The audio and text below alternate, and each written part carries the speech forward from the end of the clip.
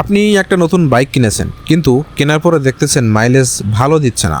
হয়তোবা এই বাইকটা 40 কিলোমিটার মাইলেজ দেওয়ার কথা পার লিটারে, পাচ্ছেন 30, সর্বোচ্চ 35। তো এখন স্বাভাবিকভাবেই আপনার মনে প্রশ্ন জাগতে পারে যে কোম্পানি কি আমার সাথে প্রতারণা করলো, নাকি শোরুম আমাকে খারাপ বাইক দিল, নাকি আমি বাইক সিলেকশন করতে ভুল করলাম। এরকম নানান রকম প্রশ্ন আপনার মধ্যে ঘুরপাক খাচ্ছে এবং এটা নিয়ে বেশ আপনি চিন্তিত, মন খারাপ। তো আজকে ভিডিওতে বলবো যে নতুন একটা বাইক কেনার পরে কেন মাইলেজ কম দেয়, এর পিছনে 5টা গুরুত্বপূর্ণ কারণ তুলে ধরবো। সো ভিডিওটি শেষ পর্যন্ত দেখুন, তাহলে পুরো বিষয়টা ক্লিয়ার হয়ে যাবেন। প্রথম কারণ হলো, নতুন বাইকের ইঞ্জিনের ভেতরে অনেক ছোট ছোট লোহার যন্ত্রাংশ থাকে, যেমন পিস্টন রিং, সিলিন্ডার, গিয়ার সহ আরও অনেক অংশ। এগুলো খুব নিখুঁতভাবে তৈরি করা হলেও ফ্যাক্টরি থেকে বের হওয়ার পরে একে অপরের সঙ্গে পুরোপুরি মানিয়ে নিতে কিছুটা সময় লাগে, আর এই সময়টাকেই বলা হয় ব্রেক ইন পিরিয়ড। এই সময় ইঞ্জিনের ভেতরের অংশগুলো ধীরে ধীরে নিজেদের সঙ্গে খাপ খাইয়ে নেয়, তাই শুরুতে ঘর্ষণ বা ফ্রিকশন একটু বেশি থাকে। আর যখন ঘর্ষণ বেশি হয় তখন ইঞ্জিনকে একই গতিতে বাইক চালাতে একটু বেশি শক্তি খরচ করতে হয়, ফলে স্বাভাবিকভাবেই বেশি জ্বালানি খরচ হয় এবং মাইলেজ কিছুটা কম পাওয়া যায়। একটা উদাহরণ দেই, ধরুন একটা জুতা কিনেছেন, প্রথম কয়েকদিন সেটা পরে হাঁটতে একটু অস্বস্তি লাগবে, এটা স্বাভাবিক। কিন্তু কয়েকদিন ব্যবহার করার পরে জুতাটা পায়ের সঙ্গে যখন মানিয়ে যায় তখন অনেক আরাম লাগে। ইঞ্জিনের ক্ষেত্রেও ঠিক একই রকম বিষয়টা ঘটে।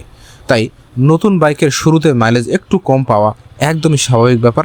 এটা আস্তে আস্তে ঠিক হয়ে যাবে, যখন আপনি এই যন্ত্রাংশগুলো অ্যাডজাস্ট হয়ে যাবে অটোমেটিক্যালি, তখন আপনি মাইলেজ বেশি পাবেন। 2 নম্বর কারণ হলো, ইসিইউ আপনার রাইডিং স্টাইল বোঝার চেষ্টা করতেছে। যেসব বাইকে ফিউয়েল ইঞ্জেকশন বা এফআই প্রযুক্তি রয়েছে, সেইগুলোতে একটি ছোট কম্পিউটার থাকে যার নাম হচ্ছে ইসিইউ বা ইঞ্জিন কন্ট্রোল ইউনিট। এই ইসিইউ সবসময় ইঞ্জিনের বিভিন্ন তথ্য পর্যালোচনা করে। আপনি কতটা থ্রটল দিচ্ছেন, কত গতিতে চালাচ্ছেন, কোন আরপিএমে চালাচ্ছেন, এইসব তথ্য ধীরে ধীরে সে বিশ্লেষণ করে। শুরুতেই ইসিইউ সব কিছু পুরোপুরি অপটিমাইজ করতে পারে না, সব কিছু বুঝে উঠতে পারে না, কিন্তু কিছুদিন বাইক চালানোর পর এটি ইঞ্জিনে জ্বালানি সরবরাহ আর সুন্দরভাবে নিয়ন্ত্রণ করতে পারে আপনার চাহিদা অনুযায়ী। ফলে ইঞ্জিন আরও স্মুথ চলে এবং মাইলেজও কিছুটা বেড়ে যায়।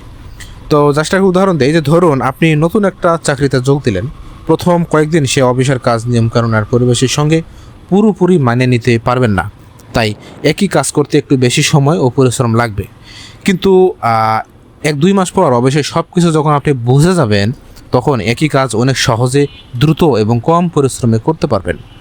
তো নতুন বাইকের অবস্থাটা অনেকটাই এমন যে শুরুতে ইঞ্জিনের ভেতরে বিভিন্ন অংশ একে অপরের সঙ্গে পুরোপুরি মানিয়ে নিতে পারে না, তাই ইঞ্জিনকে একই কাজ করতে একটু বেশি পরিশ্রম করতে হয়, ফলে জ্বালানিও বেশি লাগে। কিন্তু কিছুদিন চালানোর পর যখন সব কিছু স্বাভাবিকভাবেই সেট হয়ে যায়, তখন ইঞ্জিন আগের তুলনায় আরও স্মুথভাবে কাজ করে এবং মাইলেজও ধীরে ধীরে উন্নত হতে শুরু করে। 3 নম্বর কারণ হলো, নতুন একটা বাইক কেনার পরে আমরা উড়াধুরা চালাই। এটা খুবই সাধারণ একটি বিষয়। নতুন বাইক কেনার পর প্রায় সবাই একটু বেশি উত্তেজিত থাকি আমরা, ফলে অজান্তেই এমন কিছু কাজ করে ফেলি যা মাইলেজ কমিয়ে দেয়। যেমন বারবার দ্রুত অ্যাক্সিলারেশন করা, সিগন্যাল ছাড়ার সঙ্গে সঙ্গে আমি রেস দেওয়া, অপ্রয়োজনীয় বেশি আরপিএমে বাইক চালানো বা বারবার হার্ড ব্রেক করা। এভাবে বাইক চালালে ইঞ্জিনকে বারবার অতিরিক্ত শক্তি ব্যবহার করতে হয়, আর যত বেশি শক্তি লাগবে তত বেশি জ্বালানি খরচ হবে। একটা বাস্তব উদাহরণ দিই, 2 বন্ধু একই দিনে একই মডেলের বাইক কিনলেন। একজন শান্তভাবে কোম্পানির নির্দেশনা অনুযায়ী ব্রেকিং পিরিয়ড মেনে চললেন, আর অন্যজন প্রতিদিন বাইকের পাওয়ার পরীক্ষা করতে ফুল থ্রটল দিয়ে চালালেন। দেখি তো কত টপ স্পিড উঠে। আপনি 300 ফিটে গিয়ে রেস দিচ্ছেন। 1 মাস পরে দেখা গেল যে দ্বিতীয় ব্যক্তির বাইকের মাইলেজ অনেক কম, অথচ বাইকে কিন্তু কোনো সমস্যাই ছিল না। পার্থক্যটা ছিল শুধু চালানোর অভ্যেসের উপরে। ব্রেকিং পিরিয়ড একজন মেনটেন করছে আর একজন মেনটেন করে নাই, এই জায়গা দিয়ে পার্থক্য। 4 নম্বর কারণ হলো, নতুন টায়ারের রোলিং রেজিস্ট্যান্স বেড়ে যাওয়া।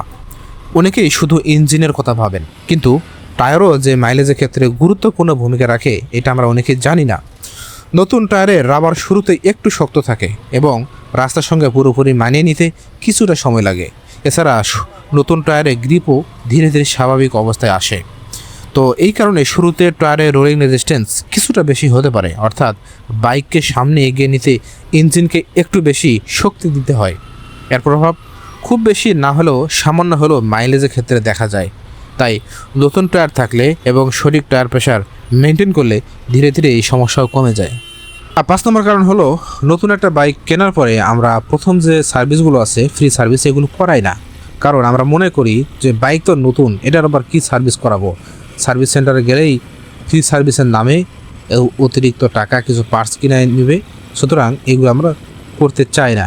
কিন্তু আসলে প্রথম সার্ভিসের সময় খুবই গুরুত্বপূর্ণ এবং এই সময় বেশ কিছু গুরুত্বপূর্ণ পরীক্ষা করা হয়, যেমন চেইনের টেনশন ঠিক করা, তারপর নাট বল্টু পরীক্ষা করা, প্রয়োজনে ক্লাস বা অন্যান্য ছোটোখাটো অ্যাডজাস্টমেন্ট করা এবং কোম্পানির নির্দেশনা অনুযায়ী যে রেগুলার চেক আপগুলো আছে এগুলো সম্পন্ন করা।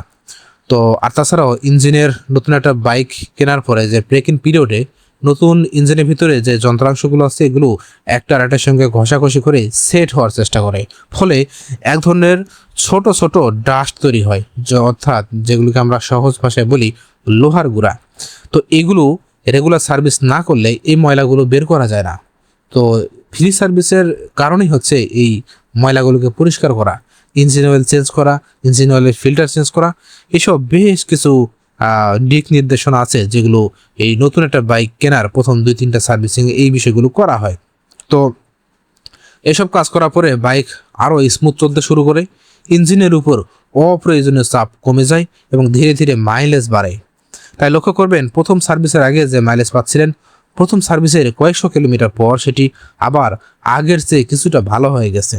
তো এসব বিষয় মেনে চললে আপনার বাইকের পারফরমেন্স এবং মাইলেজ অনেকাংশেই বৃদ্ধি পাবে। তো ভিডিওটি শেষ করছি আজকের মতো এ পর্যন্তই। পরবর্তীতে দেখা হবে আবার নতুন কোনো ভিডিওতে নতুন কোনো টপিক নিয়ে। সে পর্যন্ত ভালো থাকবেন, সুস্থ থাকবেন। আল্লাহ হাফেজ।